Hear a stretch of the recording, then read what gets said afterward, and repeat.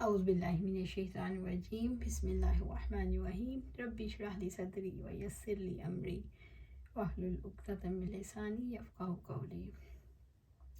غزوہ خیبر محرم 7 ہجری۔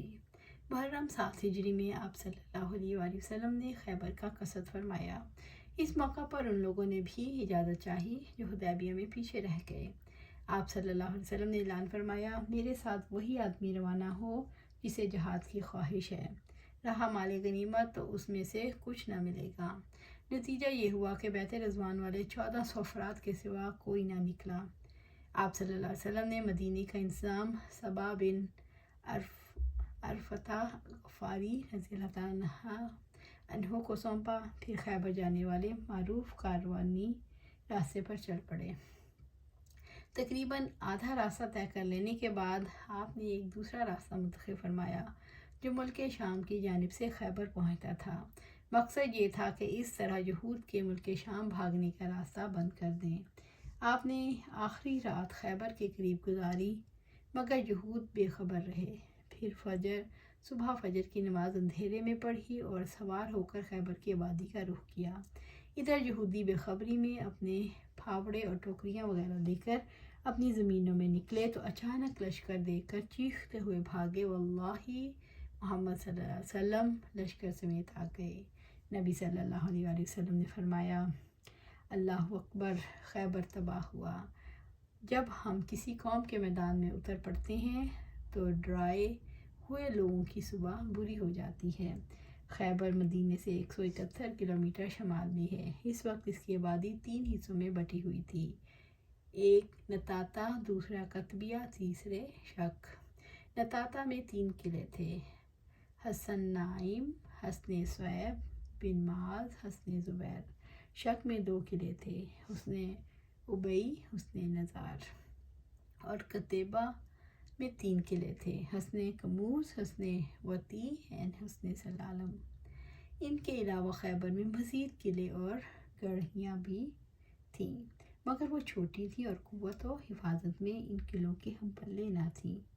نطاتا کی فتح۔ آپ صلی اللہ علیہ وسلم نے نطاتا کے قلعوں کے مشرق میں تیروں کی پہنچ سے دور پڑاؤ ڈالا اور حصن نعیم کے محاصرے سے جنگ کا آغاز کیا۔ یہ بہت محفوظ، بلند اور مشکل چڑھائی والا قلعہ تھا اور یہود کی پہلی دفاعی لائن کی حیثیت رکھتا تھا۔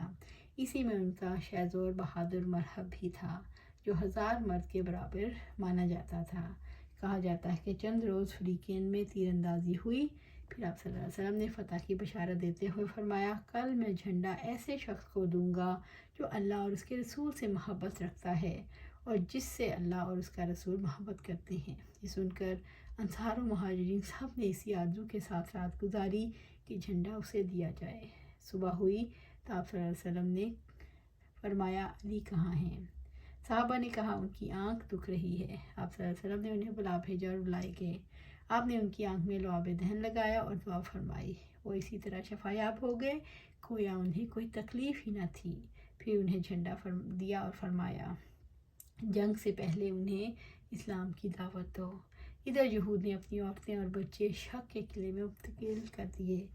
اسی صبح طے کیا کہ کھلے میدان میں جنگ کریں۔ چنانچہ حضرت علی رضی اللہ تعالیٰ عنہ ان کے پاس پہنچے، انہیں جنگ کے لیے بالکل تیار پایا۔ آپ نے انہیں اسلام کی دعوت دی، انہوں نے صاف انکار کر دیا اور مرحب نے اپنی تلوار لے کر ناز و تکبر سے اٹھلاتے ہوئے دعوت مبارزت دی اور وہ کہتا تھا، خیبر جانتا ہے میں مرحب ہوں، ہتھیار پوش، بہادر اور تجربہ کار، جب جنگ و پکار شعلہ زن ہو۔ اس کے مقابل حضرت عامر بن عقو رضی اللہ تعالیٰ عنہ نمودار ہوئے اور کہہ رہے تھے، خیبر جانتا ہے کہ میں عامر ہوں، ہتھیار پوش، شہزور اور جنگجو۔ پھر دونوں نے ایک دوسرے پر وار کیا۔ مرحب کی تلوار حضرت عامر کی ڈھال میں پھنس گئی اور حضرت عامر نے چاہا کہ اپنی تلوار سے یہودی کی پنڈلی کاٹ دیں، مگر ان کی تلوار چھوٹی تھی، اس کی پنڈلی تک پہنچنے کی بجائے پلٹ کر حضرت عامر کے گھٹنے میں لا لگی اور بعد میں وہ اسی چوٹ سے انتقال کر گئے۔ نبی صلی اللہ علیہ وسلم نے فرمایا، ان کے لیے دگنا اجر ہے، وہ بڑے جانباز مجاہد تھے، کم ہی ان جیسا کوئی عرب روئے زمین پر چلا ہوگا۔ اب مرحب کے مد مقابل حضرت علی رضی اللہ عنہ نکلے اور یہ رجس کہہ رہے تھے، میں وہ شخص ہوں، میری ماں نے میرا نام حیدر شیر رکھا ہے، جنگل کی شیر کی طرح خوفناک، میں انہیں ساکھ کے بدلے نیزے کی ناپ پوری کروں گا۔ اس کے بعد مرحب کے سر پر ایسی تلوار ماری کہ وہ وہیں ڈھیر ہو گیا۔ پھر مرحب کے بھائی یاسر نے نکل کر دعوت مبارزت دی۔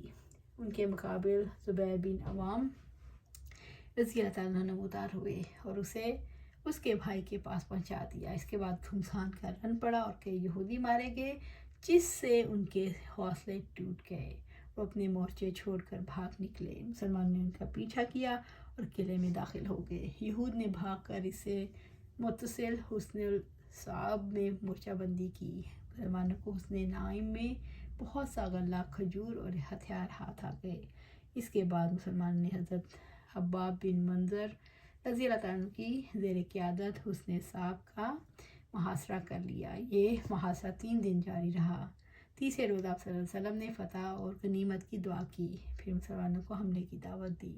مسلمانوں نے شدت سے حملہ کیا، جنگ و مبارزت پیش آئی اور گھمسان کا رن پڑا، جو یہود کی شکست پر ختم ہوا، اور مسلمانوں نے سورج ڈوبنے سے پہلے قلعہ فتح کر لیا۔ یہاں غنیمت میں بہت سا غلہ ہاتھ آیا۔ اس قلعے میں سب سے زیادہ خوراک اور چربی تھی اور یہ مسلمانوں کے لیے سب سے زیادہ کارآمد قلعہ تھا۔ مسلمان اس سے پہلے سخت بھوک کا شکار تھے، چنانچہ بہت سے لوگوں نے گدھے ذبح کر دیے، لیکن آپ صلی اللہ علیہ وسلم نے ان کا گوشت کھانے سے منع کر دیا۔ چنانچہ آپ صلی اللہ علیہ وسلم کے حکم سے ہانڈیاں جو آگ پر چڑھی تھیں اور جن میں گوشت پک رہا تھا الٹ دی گئیں۔ یہود نے یہاں سے بھاگ کر قلعہ الزبیر میں پناہ لی اور وہاں قلعہ بند ہو گئے۔ یہ نتاتا کا تیسرا اور آخری قلعہ تھا۔ مسلمانوں نے آگے بڑھ کر ان کا بھی محاصرہ کر لیا۔ چوتھے دن ایک یہودی نے آ کر پانی کے بعد نالیوں کی نشاندہی کر دی، جس سے یہود پانی لیا کرتے تھے۔ چنانچہ مسلمانوں نے نالیاں کاٹ دیں۔ اس پر یہود نے باہر نکل کر سخت لڑائی کی، لیکن شکست کھا کر شک کی جانب پسپا ہو گئے اور حصن ابئی میں قلعہ بندی اختیار کر لی۔ شک کی فتح۔ مسلمانوں نے پیچھا کر کے وہاں بھی ان کا محاصرہ کر لیا، چنانچہ وہ نہایت سخت لڑائی کے لیے تیار ہو کر نکلے۔ ان کے ایک بہادر نے نکل کر دعوت مبارزت دی اور مارا گیا، پھر دوسرا نکلا، وہ بھی مارا گیا۔ اسے حضرت ابو دجانہ سماک بن خشہ انصاری رضی اللہ تعالیٰ عنہ نے قتل کیا، اور اسے قتل کرتے ہی وہ تیزی سے قلعے میں گھسے اور اس کے ساتھ ہی مسلمان بھی گھس گئے۔ کچھ دیر قلعے کے اندر لڑائی ہوئی، پھر یہود نے راہ فرار اختیار کی اور اس علاقے کے دوسرے اور آخری قلعے حصن نزار میں قلعہ بند ہو گئے۔ مسلمانوں کو حصن ابئی میں بھی بہت سا سامان، بھیڑ بکریاں اور غلہ ہاتھ آیا۔ اس کے بعد مسلمانوں نے آگے بڑھ کر حصن نزار کا محاصرہ کر لیا، مگر یہ پہاڑی کی چوٹی پر تھا، جہاں پہنچنے کی کوئی سبیل نہ تھی، اور یہاں یہود نے اپنی حفاظت کا بڑا سخت انتظام کیا تھا۔ انہیں یقین تھا اس میں مسلمان داخل نہیں ہو سکتے، اس لیے اس میں عورتوں اور بچوں سمیت قیام کیا، تیر اور پتھر برسا کر سخت ترین جوابی کارروائی کی۔ جواب میں مسلمان نے منجنیق نصب کی، جس سے ان کے دلوں پر رعب چھا گیا اور وہ کوئی قابل ذکر سخت چیلی بغیر قتیبہ کے علاقے کی طرف بھاگ نکلے۔ مسلمان نے اس قلعے میں تانبے اور مٹی کے برتن پائے۔